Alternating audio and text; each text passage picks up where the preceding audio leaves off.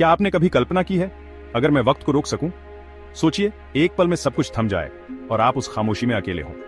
हर चीज, हर धड़कन बस एक क्लिक में फ्रीज। जैसे पूरी दुनिया एक तस्वीर बन जाए जिसमें आप ही बस चल रहे हों। सब कुछ रुक जाए, जैसे ब्रह्मांड ने अपनी सांस थाम ली हो।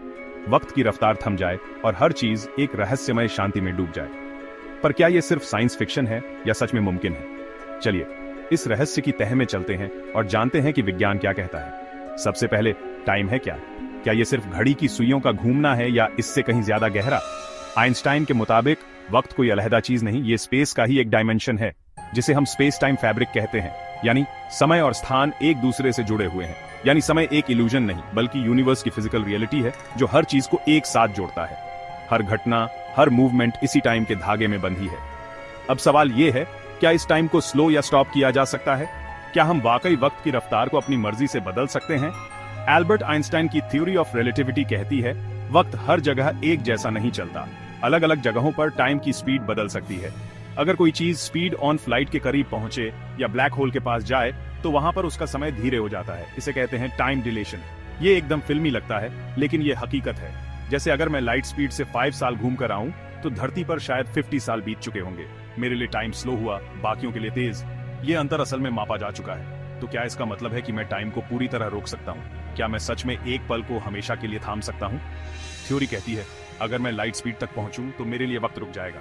लेकिन ये सिर्फ थ्योरी में ही मुमकिन है। लेकिन ये नामुमकिन है क्योंकि मेरी मास अनंत हो जाएगी। कोई भी चीज जिसमें द्रव्यमान है वो लाइट स्पीड तक नहीं पहुंच सकती।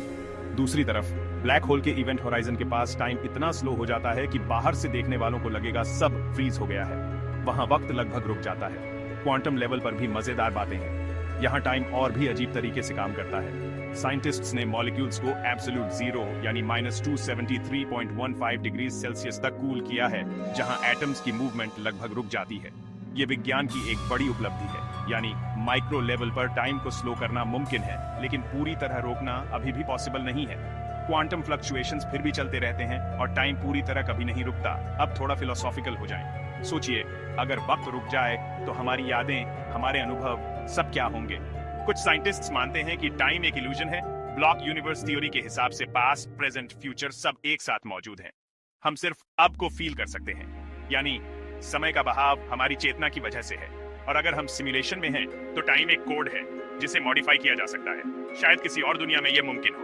आज के साइंटिस्ट्स टाइम ट्रैवल और टाइम कंट्रोल पर रिसर्च कर रहे हैं। वर्म होल्स, टैकियॉन्स, टाइम क्रिस्टल्स, ये सब सुनने में फैंटेसी लगता है, लेकिन रिसर्च जारी है।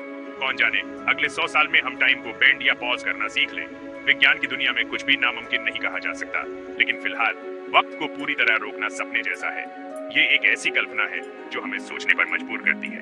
हाँ, उसे धीमा जरूर किया जा सकता है, और ये भी अपने आप में किसी जादू से कम नहीं।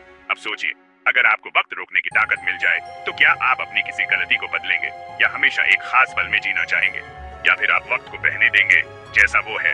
अगर वीडियो पसंद आया हो, लाइक करें, सब्सक्राइब करें और नीचे कमेंट करें आप कौन सा पल थामना चाहेंगे, और क्या आप वाकई वक्त को रोकना चाहेंगे या उसे बहने देना पसंद करेंगे।